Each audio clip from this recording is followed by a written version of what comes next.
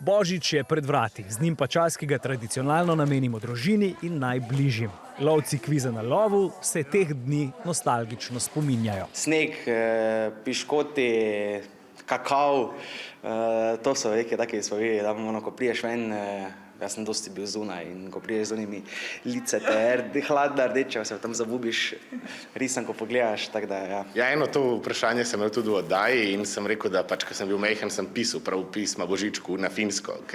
Vprašanje je bilo, da je Rovaniemi tista božična vas na Finskem.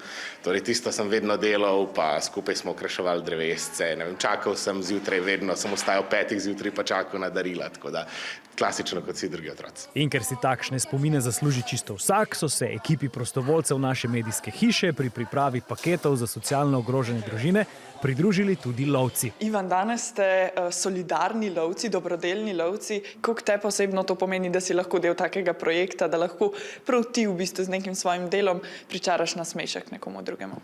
Pa meni je super, ker enostavno mislim, da ko se začnemo pogovarjati o tem, so vsi za, ja, dobrodelnost, to, ko pa je treba kaj narediti, pa ponavadi nam, ne vem, zmanjka časa, interesa, enostavno imamo druge stvari, ki so nam bolj pomembne, pa je to taka stvar, ki res ne vzame veliko časa, niti energije in je lepo in je prijetno in mi veliko pomeni, da sem lahko del tega.